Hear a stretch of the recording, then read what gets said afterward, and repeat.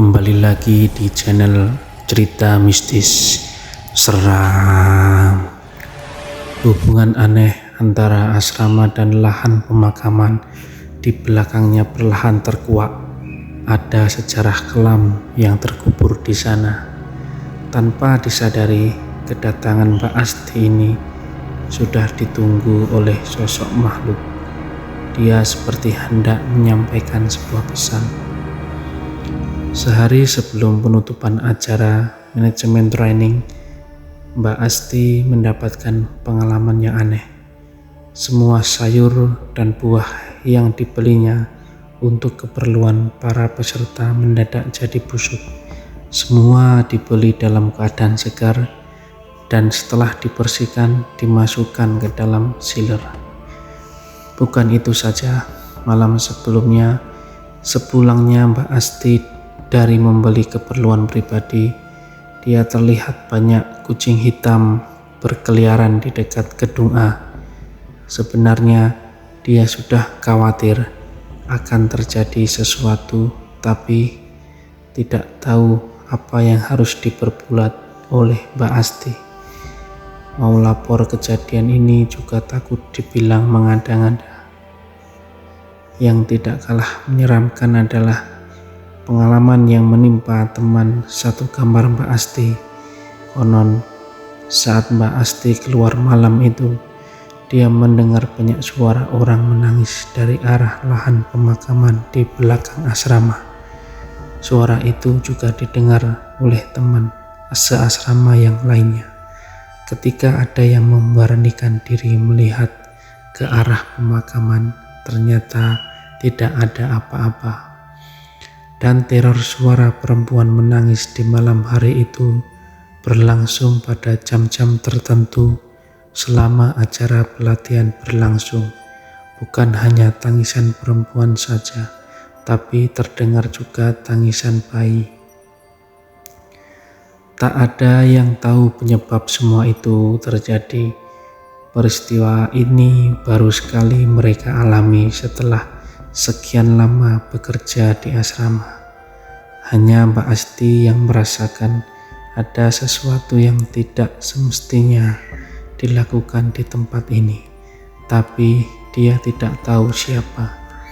Kecurigaan Mbak Asti akan terjadi suatu peristiwa yang menimpa peserta pelatihan akhirnya memang terbukti dengan hilangnya Pak Hendro.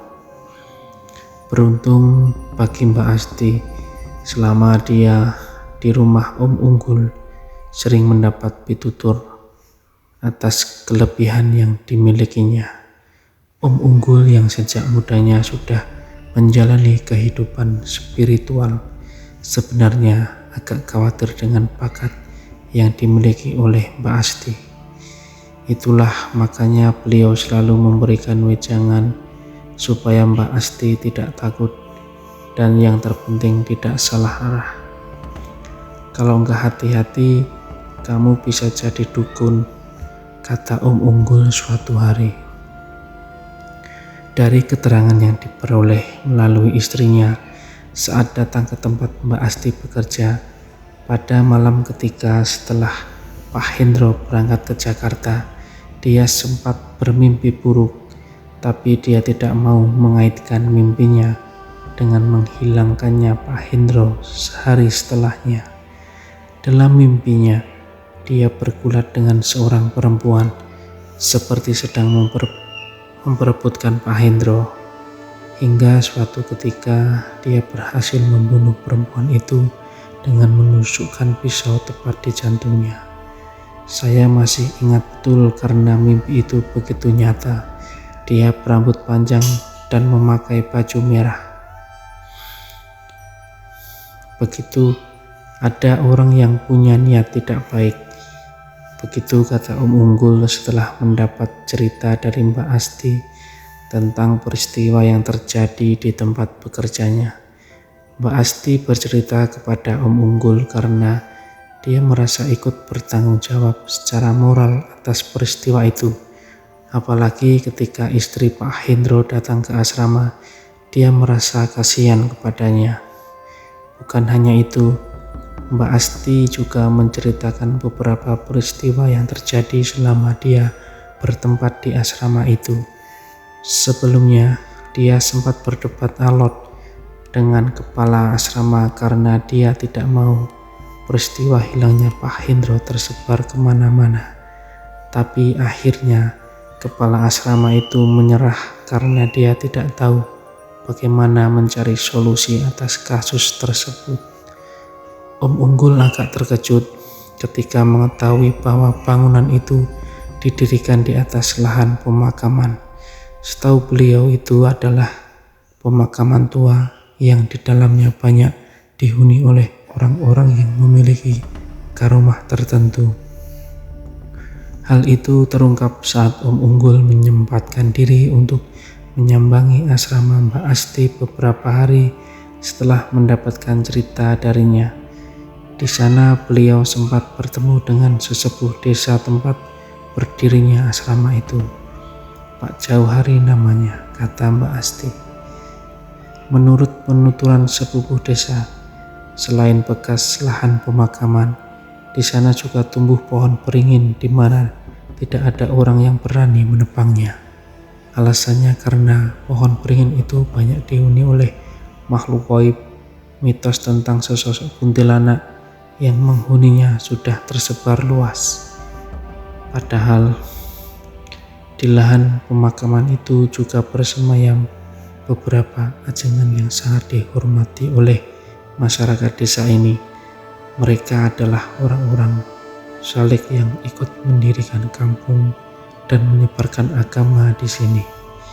Letak pohon beringin itu memang persis berada di sudut perbatasan antara area asrama dan lahan pemakaman. Di sebelah baratnya mengalir sungai yang tidak terlalu besar, hanya selebar 3 meter saja. Jadi seluruh bangunan di asrama itu sebelumnya memang bekas lahan pemakaman, Pak? Tanya Om Unggul kepada Pak Jauhari. Betul, lahan pemakaman itu digusur dan dipindahkan ke sebelah selatan, jawabnya. Seperti tidak ada lokasi lain saja sampai mengusur makam, lanjut Om Unggul.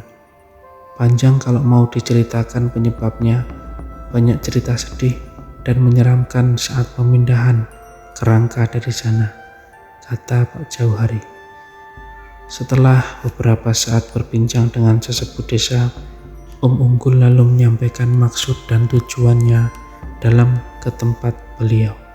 Om Unggul menceritakan semua kejadian yang menimpa Mbak Asti dan tamu di asrama tersebut.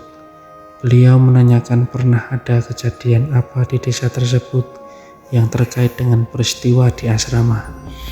Tidak mudah menggali keterangan dari Pak Jauhari. Dia seperti menyimpan sebuah peristiwa traumatik yang enggan diungkapkannya kepada Om Unggul. Tapi sesepuh desa itu akhirnya luluh setelah Mbak Asti memohon untuk menceritakan yang sesungguhnya terjadi. Diceritakannya beberapa hari setelah meletus peristiwa G30 SPKI, desa itu kedatangan satu keluarga yang berasal dari Madiun. Saat itu masanya orang saling mencurigai satu sama lain, apalagi mereka adalah pendatang baru yang berasal dari timur.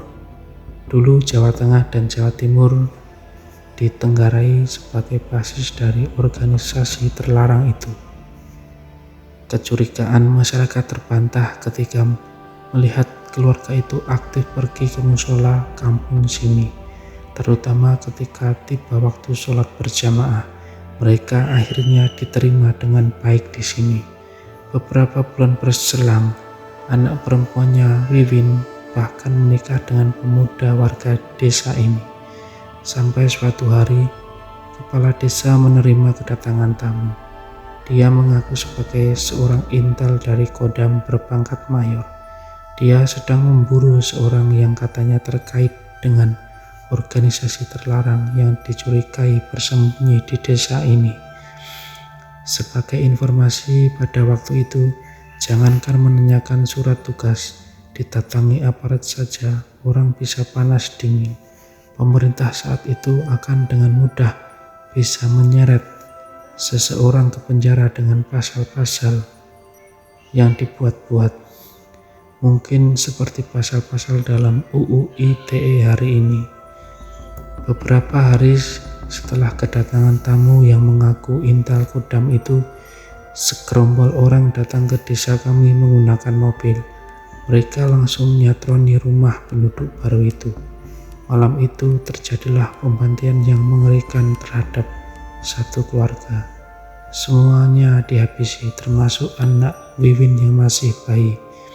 Innalillahi wa inna ilaihi raji'un. Mbak Asti dan Om Unggul serentak bergumam. Suami Wiwin juga ikut terbunuh. Dia sedang senang-senangnya menjadi seorang bapak, kata sesepuh desa itu sambil mengusap air matanya. Maaf Pak, suami Mbak Wiwin itu. Belum selesai Mbak Asti berbicara, Pak Johari memotong.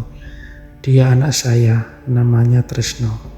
Dini hari itu juga jasad mereka sekeluarga ditemukan warga desa di lahan pemakaman itu, kata Pak Johari. Atas perintah kepala desa, saat itu juga mereka langsung dikuburkan dalam satu lubang tanpa disucikan, tanpa didoakan, apalagi dikafani. Terlihat sesekali kurat kesedihan di wajahnya sesaat setelah menceritakan peristiwa itu. Bagaimana tidak, dalam waktu satu malam dia kehilangan anak, menantu, cucu, dan besannya yang terbunuh tanpa mengetahui musabahnya. Beberapa tahun setelahnya baru diketahui bahwa mereka hanya jadi korban dari stigma PKI. Stigma itu dimanfaatkan oleh seseorang yang menaruh dendam karena sakit hati. Kebetulan dia adalah seorang pejabat dan dengan kekuasaannya dia bisa melakukan apa saja. Mayor yang mengaku sebagai intel Kodam itu sebenarnya adalah orang sipil suruhannya. Yang saya sedih, beberapa tahun setelah kejadian itu muncul isu hantu kuntilanak di lahan pemakaman. Konon wujudnya menyerupai Wiwin, menantu saya, kata Pak Johari. Ada saja, tidak mungkin orang meninggal berubah menjadi kuntilanak. Itu hanya cerita dalam film Pak, jelas Om Unggul. Saya tidak kuasa membantah. Isu itu sudah terlanjur berkembang di masyarakat sini. Walaupun saya sendiri belum pernah melihat secara langsung. Kebetulan sebelum dipindah kuburan, keluarga itu berada di dekat pohon beringin, lanjut Pak Johari. Entah ganjil atau tidak, saat pemindahan makam, satu keluarga itu hanya didapati 3 kerangka saja.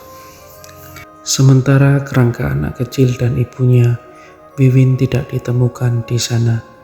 Atau bisa jadi mungkin sudah menjadi tanah, wallahu alam. Saya tidak tahu itu kuntilanak atau bukan, tapi Satpam asrama sendiri yang pernah melihatnya sehari sebelum hilangnya Pak Hendro. Tapi saya tidak menuduh bahwa itu adalah jelmaan dari almarhumah Mbak Wiwin, kata Mbak Asti. Apa boleh kalau saya berkunjung ke asrama? Saya ingin melihat sendiri apa yang sebenarnya terjadi di asrama itu, kata Pak Johari. Tentu saja boleh Pak, nanti biar Om Unggul yang menemani Bapak, jawab Mbak Asti.